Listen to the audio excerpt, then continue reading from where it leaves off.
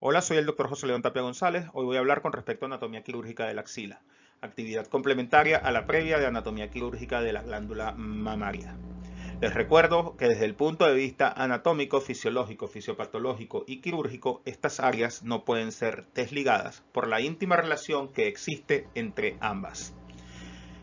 Esta actividad va a ser dictada en el contexto de las clases de cirugía y anatomía quirúrgica de la extensión geográfica Barinas de la Universidad de los Andes y del posgrado de cirugía general del Hospital Dr. Luis Racetti de la misma ciudad.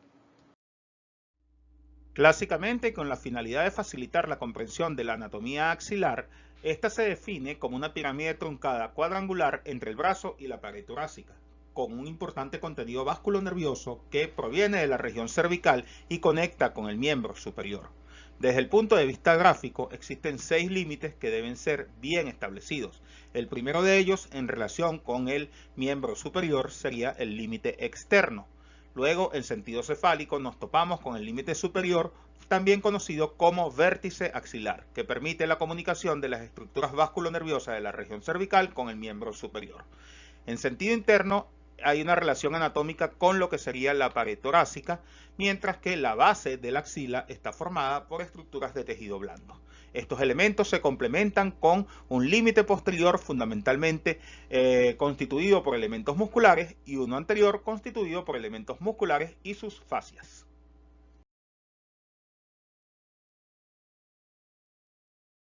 El límite lateral, también conocido como externo, se puede visualizar con mayor precisión en la imagen transversa de la parte inferior derecha de la diapositiva, donde vemos su relación con el húmero.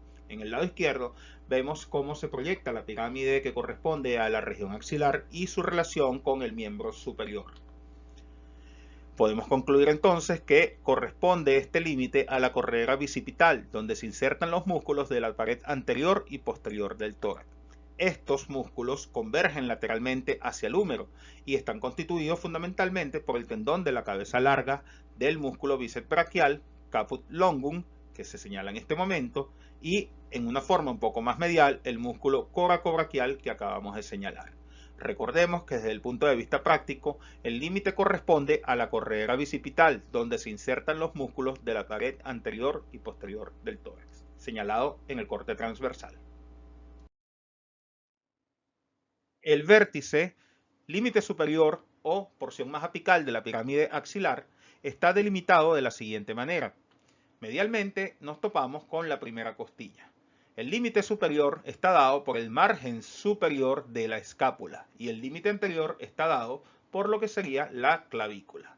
Ahora bien, la región que se dibuja en el centro de estas tres estructuras es la que conocemos como vértice de la pirámide axilar y permite el paso de los elementos vasculonerviosos que provienen desde el cuello hacia el miembro superior y viceversa. Si vemos esta imagen y proyectamos en ella lo que sería la pirámide axilar, nos damos cuenta que el vértice está ubicado a este nivel. Y debemos mencionar que el paso de los elementos anatómicos ocurre de la siguiente manera. Desde el cuello y hacia el miembro superior atraviesan el vértice lo que serían las arterias y los nervios, mientras que desde el miembro superior hacia el cuello los vasos linfáticos y las venas. La pared posterior de la axila está constituida fundamentalmente por la escápula y las estructuras musculares adyacentes a esta última, las cuales voy a nombrar en sentido cefalocaudal iniciando por el músculo subescapular, el cual es muy voluminoso y tiene relevancia quirúrgica su identificación, ya que sobre él pasan estructuras de índole vascular y nervioso que mencionaremos más adelante, que tienen que ser preservadas durante el vaciamiento axilar. Inferior a este músculo nos topamos con el redondo mayor y un poco más caudal a este con el dorsal ancho. Este es un músculo piramidal muy grande que tiene sus inserciones de origen a nivel lumbar, dorsal y sacro y tiene su inserción distal a nivel de lo que sería la correa bicipital del húmero. Y es justamente en este último tercio que hace vida con la pared posterior de la axila. Acá también podemos ver el músculo redondo mayor, más no el subescapular, ya que este se encuentra por delante de la estructura ósea de la escápula. El límite anterior Posee un plano superficial y otro profundo. El primero de ellos, en íntima relación con la glándula mamaria de la piel y el celular subcutáneo, está constituido principalmente por el músculo pectoral mayor y su fascia, estructura que permite el paso de elementos de tipo linfático, vascular y nervioso hacia la glándula mamaria. El músculo pectoral mayor se considera que es una estructura triangular aplanada y ancha, cuya inserción cefálica ocurre a nivel de los 2/3 internos de la clavícula, en sentido medial en los primeros 5 o 6 cartílagos costales, en sentido caudal a nivel de la vaina del recto anterior del abdomen y en sentido distal a nivel de la corredera bicipital del húmero. La importancia quirúrgica de este músculo radica en el hecho de que en mastectomías representa el límite de disección profunda y en el contexto del vaciamiento axilar implica que señala el inicio del hueco axilar y por ende de la disección a este nivel. Por detrás del músculo pectoral mayor nos encontramos con lo que sería el plano profundo de la pared anterior de la pirámide axilar, que está formado en sentido cefálico por la presencia del músculo subclavio y en sentido caudal a este, entre la tercera y la quinta costilla, por la presencia del músculo pectoral menor. El músculo subclavio está envuelto por su propia aponeurosis, la cual en sentido caudal se transforma en la denominada fascia o aponeurosis clavipectoral, que desciende hasta el borde superior del músculo pectoral menor, donde se desdobla para formar la vaina de este último, con una hoja anterior y otra hoja posterior. De esta manera. Esta fascia clavipectoral es atravesada en un punto en particular por la vena cefálica en su trayecto hacia la vena axilar. Y también es atravesada por las arterias atromiotorácica, torácica superior y por el nervio pectoral mayor.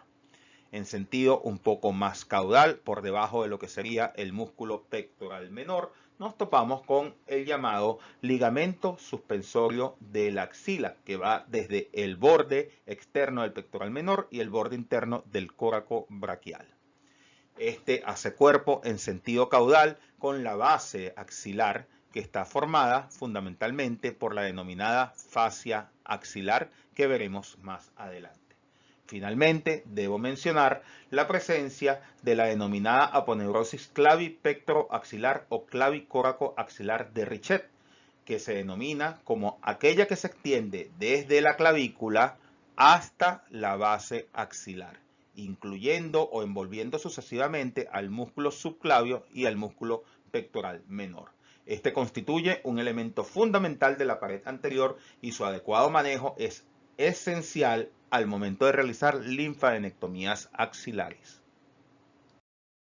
Vamos a visualizar el plano profundo de la pared anterior de la axila en esta imagen coronal, donde vemos a la fascia o aponeurosis clavipectoral cubriendo al músculo subclavio y descendiendo hasta el borde superior del músculo pectoral menor, donde se desdobla para formar la vaina de este último. Aquí vemos la hoja anterior de la vaina del pectoral menor. También podemos observar el punto en el que la fascia clavipectoral es atravesada por la vena cefálica y otras estructuras como lo son el nervio del pectoral mayor y las arterias acromiotorácica y torácica superior, en sentido caudal y en relación a lo que sería el borde inferior del músculo pectoral menor hasta lo que sería el borde interno del músculo córaco-braquial, se extiende el denominado ligamento suspensor de la axila. Para completar esta imagen debemos establecer la relación entre el ligamento suspensor y la base axilar, que está formada principalmente por la denominada fascia axilar. La base mira hacia abajo y hacia afuera. Está formada por la fascia axilar que ya describimos anteriormente y por supuesto por la piel de esta región. Se extiende entre el brazo y la pared torácica y está delimitada por los pliegues axilares anterior y posterior. Normalmente se encuentra deprimida y es importante mencionar que tiene interés desde el punto de vista semiológico, ya que a través de la base se realiza la exploración clínica de la región axilar.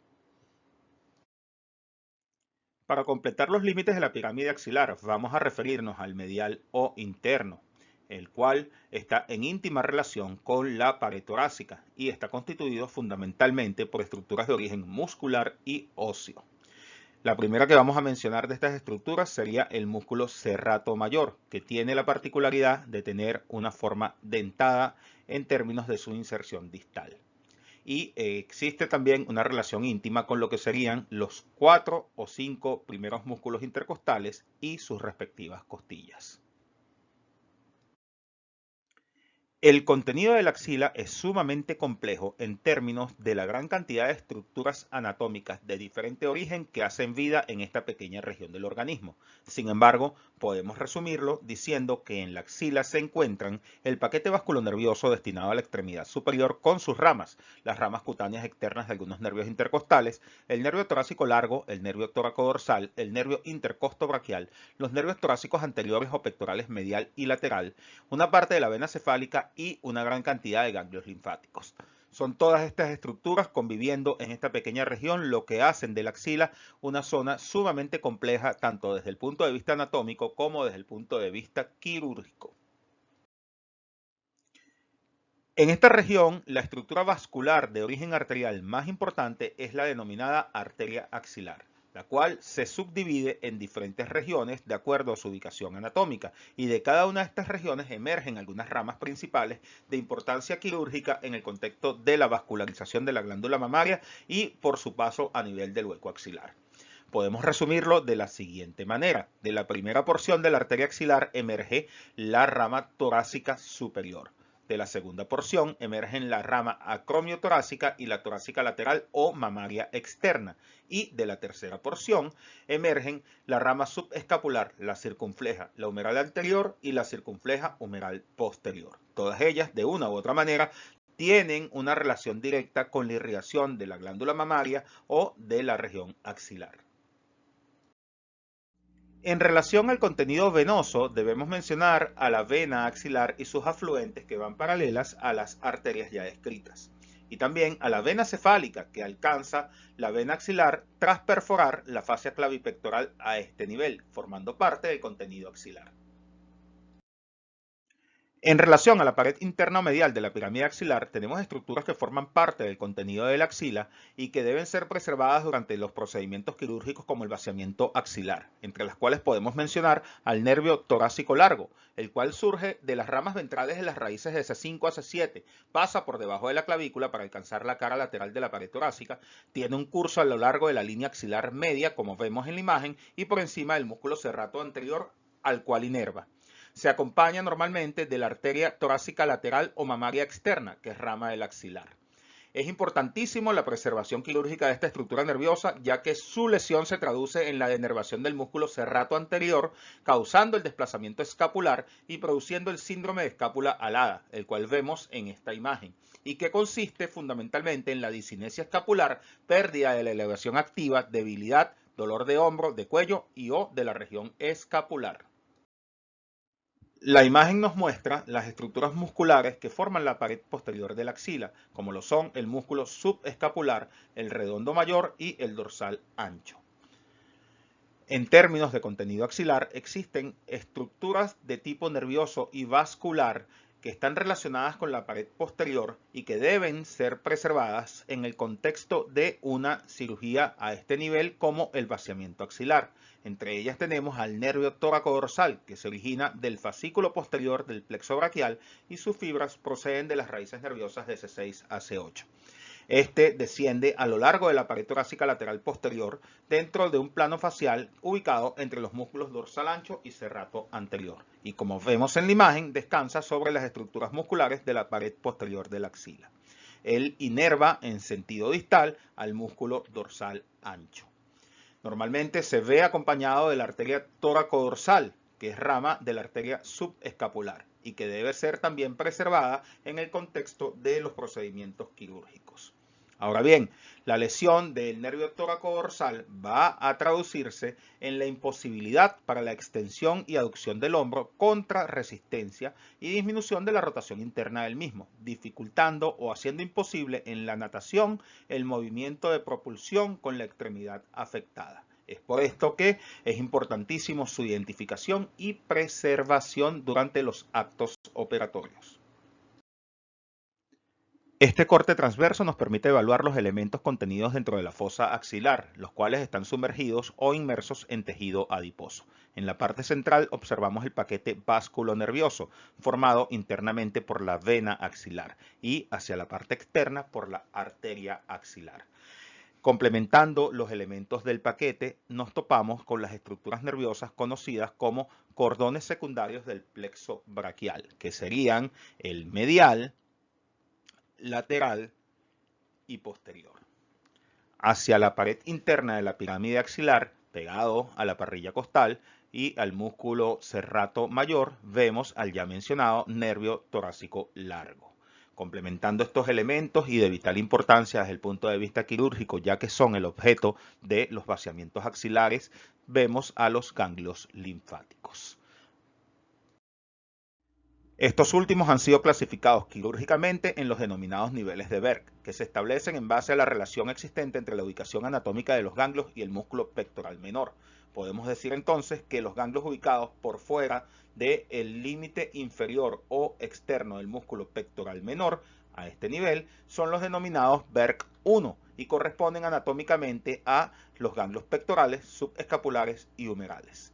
Mientras que los Berg 2 son aquellos que se encuentran ubicados por detrás del músculo pectoral menor y corresponden anatómicamente al grupo central. Aquellos ganglios denominados Berg 3 son los que se encuentran por dentro de lo que sería el límite superior o interno del músculo pectoral menor y corresponden anatómicamente a los ganglios apicales. Sabemos que en el nivel 1 existen aproximadamente 14 ganglios linfáticos, en el nivel 2 de 4 a 8 y en el nivel 3 de 1 a 4. A continuación les voy a mostrar cómo funciona el sistema de drenaje linfático axilar. La línea punteada representa al músculo pectoral menor. Una vez que se recoge la linfa procedente de los cuadrantes mamarios, esta drena hacia los grupos ganglionares pertenecientes al nivel de Berg 1, que se encuentran por fuera del músculo pectoral menor. De acá va a drenar directamente a los grupos ganglionares que se encuentran detrás del músculo pectoral menor, o sea, nivel de Berg 2. Y de acá va a drenar hacia los grupos ganglionares del nivel 3 de Berg, por dentro del músculo pectoral menor, para luego ir a nivel sistémico. Del nivel 3 puede hacer un salto hacia los denominados grupos ganglionares subclaviculares, que es un pequeño grupo que drena finalmente a la vía sistémica. Acá vamos a repasar el drenaje linfático total de la glándula mamaria. Comencemos por recordar la importancia del músculo pectoral menor, ya que sus límites nos permiten definir los niveles de disección quirúrgica de Berg, entendiendo que los grupos ganglionares axilares que se encuentran por fuera de este último corresponden al nivel 1. Aquellos que se encuentran por detrás del pectoral menor corresponden al nivel 2 y por último, los que se encuentran por dentro del músculo corresponden al nivel 3. Entonces, el drenaje linfático de los cuadrantes externos de la glándula mamaria ocurre a nivel axilar de la siguiente manera. Y definitivamente es complementado por grupos ganglionares no pertenecientes a la axila como el interpectoral de Rotter, que drena los niveles superiores de la mama hacia la región axilar en forma definitiva. Para completar este sistema linfático debemos mencionar al grupo de la mamaria interna que drena a los cuadrantes internos de la mama.